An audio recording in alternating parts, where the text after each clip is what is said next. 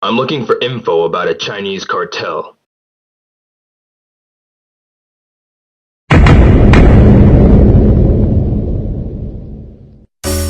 Hello and welcome to my Shenmue-inspired travel journey. After arriving and getting settled in Shanghai, ourselves and a couple of friends from our tour decided to go out late to have a drink and some local snacks. We had difficulty ordering, but with a little Google Translate we managed to communicate somewhat and enjoy our delicacies of beans, nuts, spring rolls, fried jellyfish and bullfrog. Ah, good.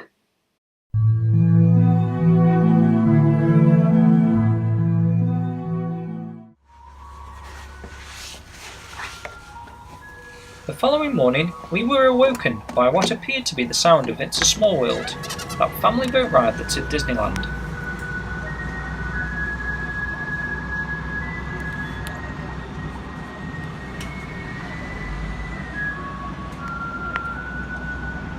We weren't the only ones, as the dog on the roof of the building opposite us also seemed confused.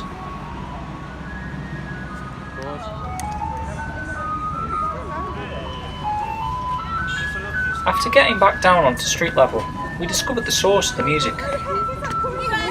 It was, in fact, the Bin Men. Road, line 10, exit 4.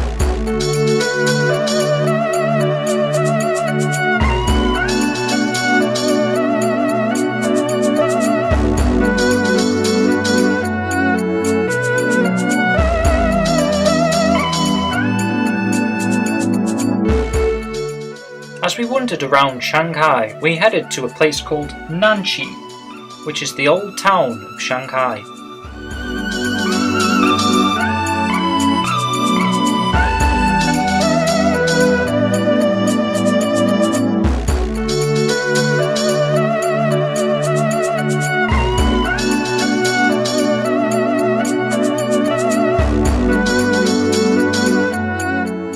Nanshi is the collection of narrow streets and alleys once enclosed within the walls of old Shanghai. During the city's period of foreign concessions, it was the main Chinese district, rarely entered by foreigners. Today, the neighbourhood captures the essence of old China, complete with several temples, food vendors, and a crowded bazaar.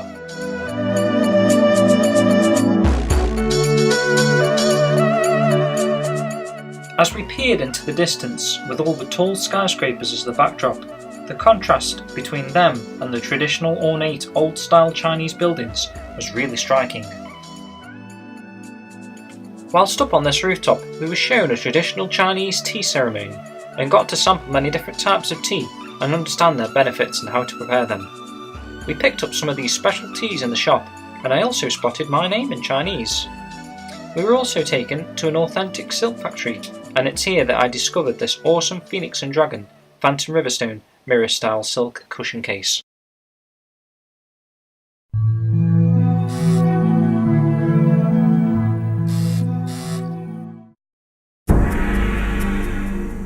As Rio's ferry to Hong Kong passed us by, we took a moment to take in the breathtaking Shanghai skyline that stood in front of us, over on the other side of the docks.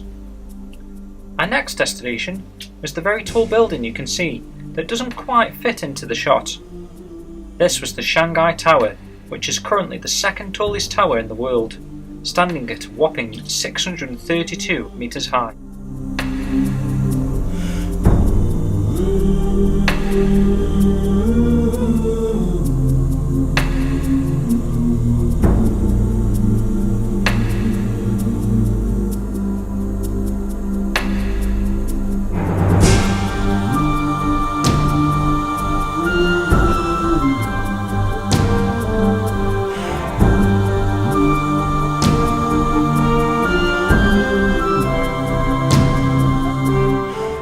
Inside the tower, we were presented with this awesome video showing footage of Shanghai evolving over periods of time from the early 1800s until more recently. And it's also quite shocking to see the actual growth of the area within the last 30 years.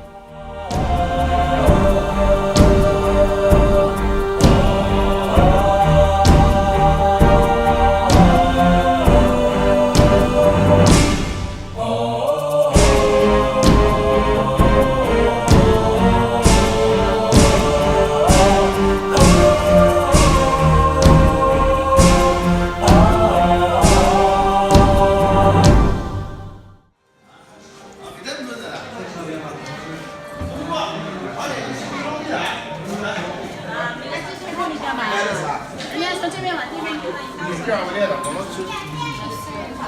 that H is when I got to London No part. way. So there's quite a few of them like that. But the people don't know.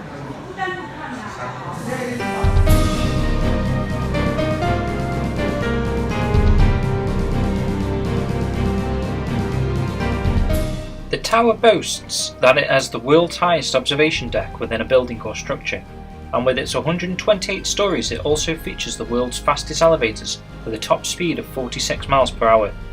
Construction work on the tower began in November 2008 and was considered complete in the summer of 2015. On the observation deck, the fancy computer display floor demonstrated the ground below by emulating a cracking glass floor.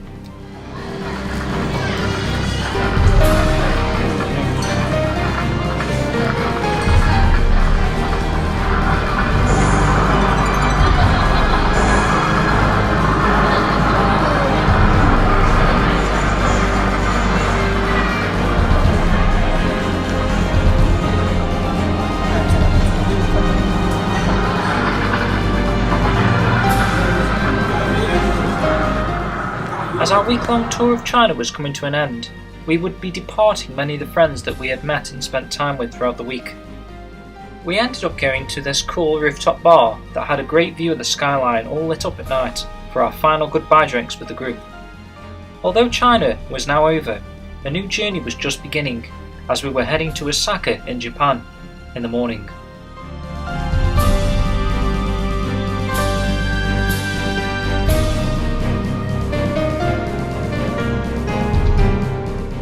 We decided that our trip to China wouldn't be complete without visiting the Hard Rock Cafe and picking up a pin which just so happened to look like the Dragon Mirror.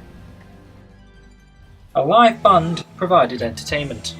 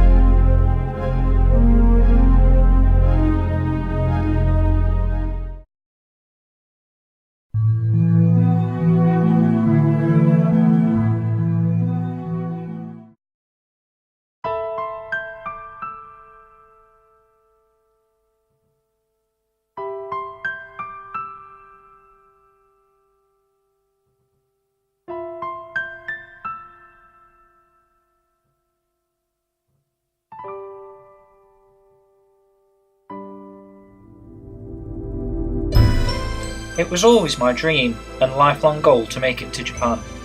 Going to China first was just an amazing bonus to an already incredible trip, but as far as I was concerned, it was only just getting started.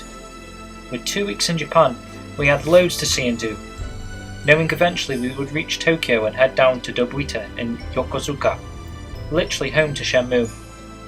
First, however, was a brief half day in Osaka. Fans of the Yakuza series will know it well. Whilst we would head to the Dotonbori area later, we wanted to check out Osaka Castle first. So do I!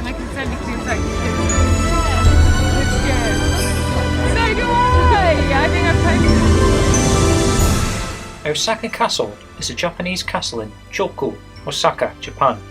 The castle is one of Japan's most famous landmarks, and it played a major role in the unification of Japan during the 16th century of the Azuchi Momoyama period.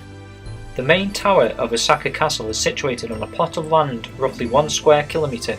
It is built on 2 raised platforms of landfill supported by sheer walls of cut rock using a technique called burdock piling, each overlooking a moat. The central castle building is 5 stories on the outside and 8 stories on the inside, and built atop a tall stone foundation to protect its occupants from attackers.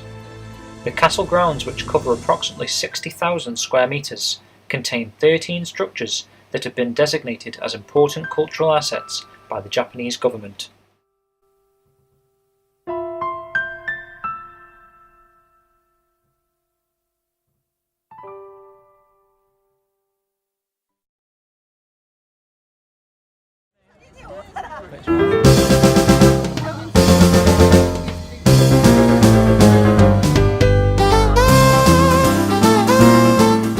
Whilst walking around the grounds of Osaka Castle, we saw many owners of dogs that had been primed and pampered, and it seemed like it was some sort of culture to show off their pup that they had taken pride in.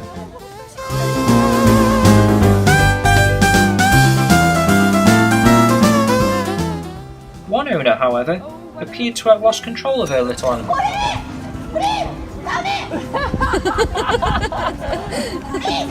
Oh, look at him. Sorry, Mum.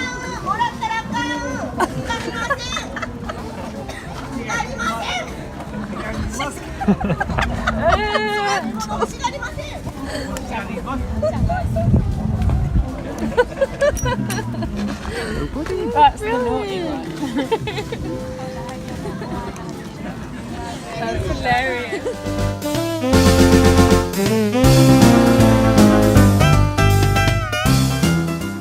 As the sun had started to set, we knew it was time to head to the Dotonbori area to check out the nightlife and to sample some of the famous local dishes.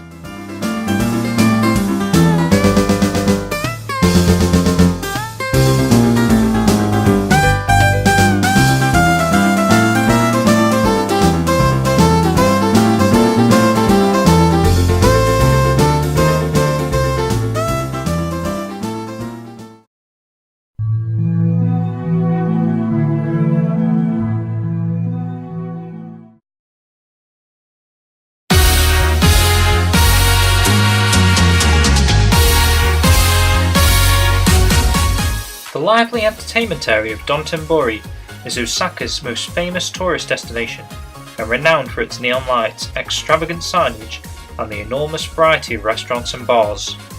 The name Dotonbori generally refers to both the Dotonbori Canal and to Dotonbori Street, which runs parallel to the canal's southern bank. It is one of the most colourful areas in Osaka, and it is an absolute must visit. And whilst you're there, I would recommend trying takoyaki, which is a ball-shaped Japanese snack made of a wheat flour-based batter and is typically filled with minced or diced octopus, and it even has its own theme tune.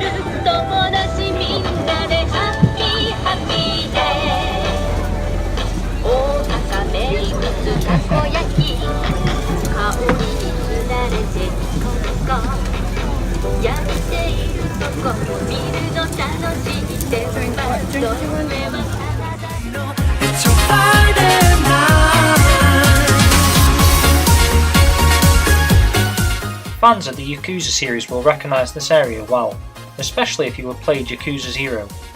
In the Yakuza games, this area was slightly renamed to Dotonbori, but the resemblance is uncanny. With so much to see in Japan, we unfortunately had to leave Osaka already after only half a day, but that is more than enough of an excuse to return again one day.